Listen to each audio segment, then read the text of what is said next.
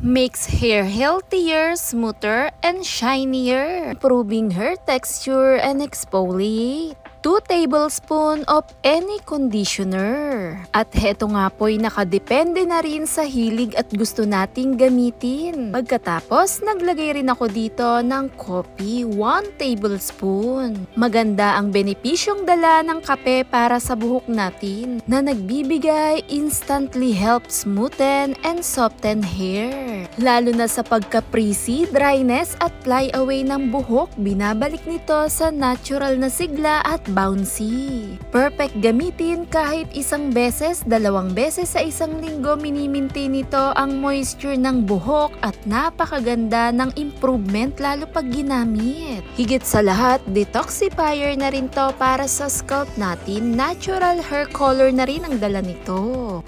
Ramdam mo ba ang pagka-dry ng iyong buhok? At dito sa ating ginawa, tumutulong magbigay treatment, hinihermas na rin ang ating buhok na binabalik nito sa ganda at lambot. Sa paggamit, ilagay lamang o imas lang ito sa buong buhok natin. Di mo na kailangan magpasalon dahil dito sa loob ng ating tahanan, pwede mo itong gamitin. Dahil ang kape, tumutulong tong magbigay ganda lalo sa ating mga buhok. Binabalik nito sa sigla at maiiwasan ang pagka-dryness.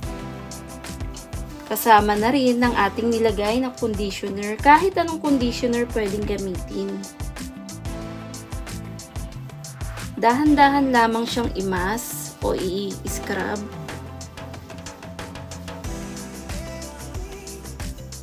Napakalambot nito sa ating buhok.